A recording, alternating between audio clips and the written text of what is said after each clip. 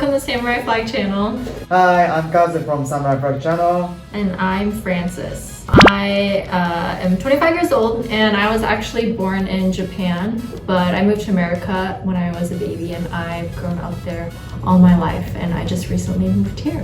So, Francis, what theme today? So today's theme is going to be what surprised me on my first day living in Japan. The first question, so why did you come to Japan? Why did I come to Japan? So there's a lot of reasons. The first reason is I wanted to learn how to speak Japanese better.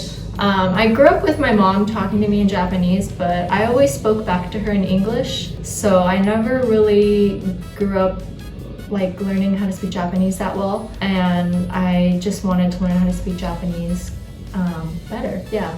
So I knew like if I wanted to do that here, obviously in Japan would be the best place to do that. And then another reason why I came to Japan is because I wanted a challenge. I think if you have the opportunity to, for anybody, like living in a new country where you're not super comfortable with the language or the environment or the people or the culture, it's a good challenge for yourself to kind of put yourself in that kind of environment. I think you'll learn a lot about yourself. But yeah, I just really wanted to challenge myself and just kind of see what it's like living in Japan. So what preparations did you make before coming to Japan? I would go on the internet a lot in YouTube. Like one thing that always scared me was the train system in Japan. I get lost so easily. So I was really worried about getting lost. So I would watch YouTube videos on like how to use the train system in Japan and things like that, how to use the bus, just little things like that. And then I also had to research things like banks, how to open a bank account, cell phone. I didn't know if I could use my American phone or if I would have to get a phone in Japan. Things like that I had to research. And culture-wise, I mean, I asked my mom just to make sure, like, is it okay to do this? Is it okay to do that? So how was it in real? It's easier. I think I'm just naturally a very nervous person and I'm always worried about everything. But when I came here, went on a train and I went on the bus and I walked by myself and I got my cell phone, I was like, it's not as bad as I thought. But if I didn't have a phone, I think it would be so bad because I use my phone for everything. Like, yeah, so I think as long as you have a phone, and also people here are really nice, so you can just always ask someone, and people are usually pretty open to helping. So yeah, it's better than what I thought. Yeah. So next question. So what were the reactions of your parents, friends, and others around you? My grandparents, my Japanese grandparents that live here, they were very excited because I think they're kind of lonely here. So they were excited to have like a family member come here that can spend time with them. So they were very happy. My friends were sad obviously because like I'm not gonna be able to see them, but they were super happy and excited for me too. I think some of them were kind of jealous. I have friends that love Japan, so most of them were really, really happy for me. And then I think my parents were happy for me, but they were definitely worried. I mean, they've both lived in Japan before and they know how American I am. So they just wanted to prepare me for how different living in Japan and living in America is. But my mom was happy that I moved to Japan because obviously I would be with my grandparents. So for that reason, she was super, super excited. But also she's Japanese, so she would always just tell me like, this is how the culture is, this is how it works, like you need to prepare yourself. And then my dad's American, so he's always just like, come back home. But, yeah. But overall, I think everyone was very supportive, I will say. Your parents super fun for you. Yeah. super, yeah. Please tell us about your first day in Japan detail. So I came in Japan last year in July, which was obviously still during the COVID time. So when I came here, I had to obviously go to the airport, but it took a long time. And like the first thing that I noticed is just how nice and like I don't know how to say, every worker, they do everything like very by the book, like very strict, very kindly though. Yeah, everything is in order, very neat. And that was the first thing that I noticed when I came to the airport. It was just so different because airports in America, everyone that works there, usually they're really, really scary and mean. So when I came to Japan, that was the first thing I noticed. I was like, wow, everyone's so nice. And then, yeah, so from the airport, I had to go stay at a hotel in quarantine. And even that, like, everyone was so kind. The food was very good. What did you eat? Just like a bento. It just had like fish, rice, like juice, green tea, 3 times a day. It was honestly amazing. I mean, quarantine was hard, but definitely when I came here, I was just like, I would rather quarantine in Japan than in America, I think. And then after that, I quarantined at my grandparents' house and for another 2 weeks. And then finally when I left, when I had freedom. I don't know how to explain this. I think a lot times when people go out for the first time, like grocery stores, you kind of like, it's like a sense of happiness of like sensing the country that you're in now. So I just remember like just being super happy being in Japan, and like I haven't been in Japan obviously as an adult like by myself, so it was just, I just remember feeling very, very happy with the choice that I made to move here. Yeah.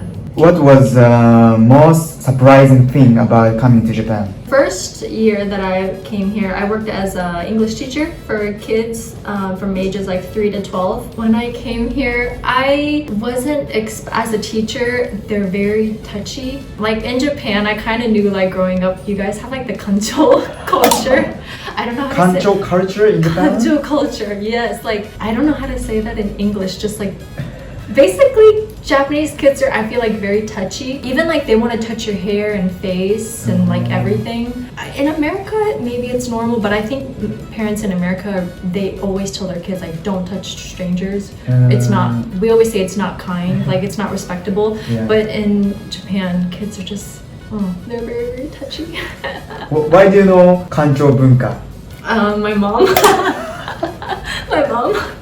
Like my mom would always say that to us growing up. So, but of course, like I remember as a kid, like in America, I was like, no one does this. This is so weird. But then my mom would tell us this is just a Japanese thing. Like, don't go up to an American and like go kancho. Like, don't do that. Don't do that.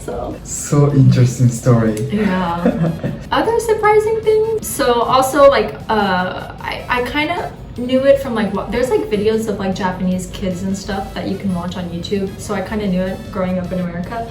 But I think some things that shocked me and what were different is Japanese kids have like a lot more responsibility. Like they're expected to do certain things from a very, very young age. So things like walking home by themselves, like going on the train by themselves, I always see that and it's so cute. Or just like as a teacher, like making sure like all the stuff that they have in their backpacks and like everything is so organized and making sure they don't lose anything, and just the whole thing of like putting your shoes away, putting your bag away neatly. Like as a teacher, I started to just expect it from them because that's just Japanese culture, that's just what's normal.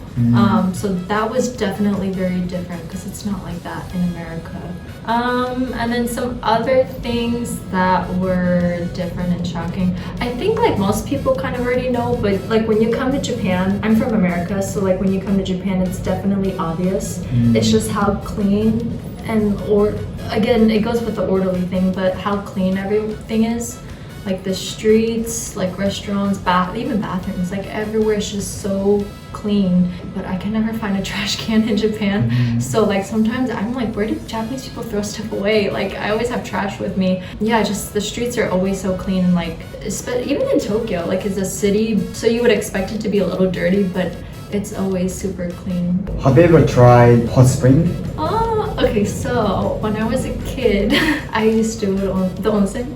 I used to go to onsen, but I think I'm just Americanized now. Like I'm too American. Something about like going, it sounds bad, just getting naked in front of strangers. Culturally for me, it's very uncomfortable. Like even when I go to the gym undressing in front of everyone, I can't do it, so I just go to the bathroom and do it. Yeah, I think I want to get over it. Like I want to go to onsen just because I know it's really relaxing and like super nice. And everyone always tells me how great it is, but I'm just like, I'm embarrassed. Hazukashi. I always say that. So you never? No, not as an adult. No, I mean maybe when I went when I was like 8 years old, when I was like a kid, a couple of times, but I haven't gone now. So, what was the same and different about Japan that you had heard before coming to Japan? So before I came to Japan, everyone always, especially my parents, would tell me how good the food is, and I didn't realize it like until I came here and I ate everything. Everything just tastes so good, and the convenience, like you can find good food anywhere.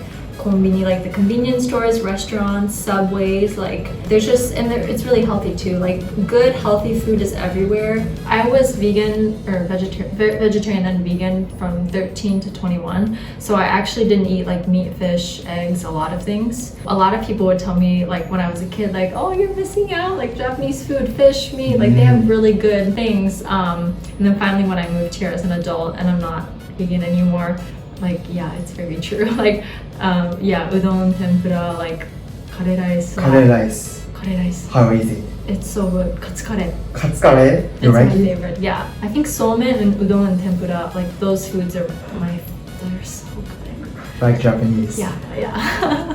For things that I wasn't expecting or what's different from what other people would tell me, I think like as a girl, or as a woman I should say, as an adult, like no matter what, moving to another country, your parents are gonna tell you like it's dangerous, like you need to be careful and watch your surroundings and make sure your things don't get stolen, things like that. But honestly, when I came here, I feel like way safer than I do in America. It's the little things like going on the train or walking on the street at nighttime when I'm walking home. I don't feel the need, like in America I would carry a pocket knife with me or some type of weapon, pepper spray.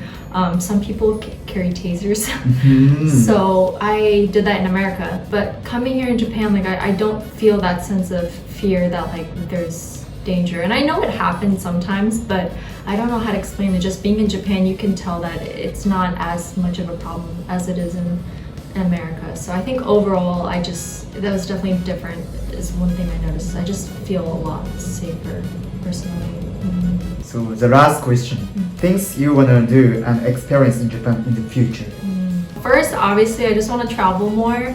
I feel like a lot of the famous places in Japan I still haven't been to because I worked a lot this year. But like Osaka, Nagoya, Nagasaki, and like Okinawa, I want to go so bad. Yeah, I just want to travel to those places and then I want to eat the food. I think it's fun to like eat the food that's famous in that prefecture. Because in Japan, there's like a lot of different types of foods, and yeah, that's definitely one thing I want to experience. And I want to eat the weird foods. Weird foods? Weird foods, not like the. For example, yeah. What are some weird foods? I can't think of anything because I've never really done it. I just feel like everywhere maybe it's an American thing. In America, every state that you travel has like that one weird food that everyone eats.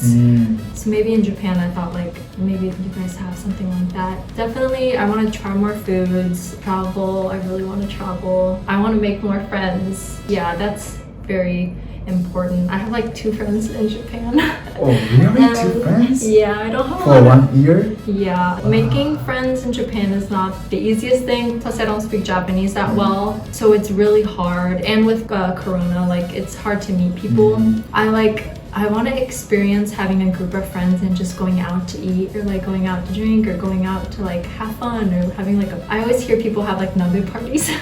I want to go. Stuff like that. I just want to experience more. But definitely, I want to make more friends here. I think I always see Japanese festivals like online on my Instagram, like the cultural festivals. I don't know, like even Natsumatsuri, things like that. I don't know how people know when to go.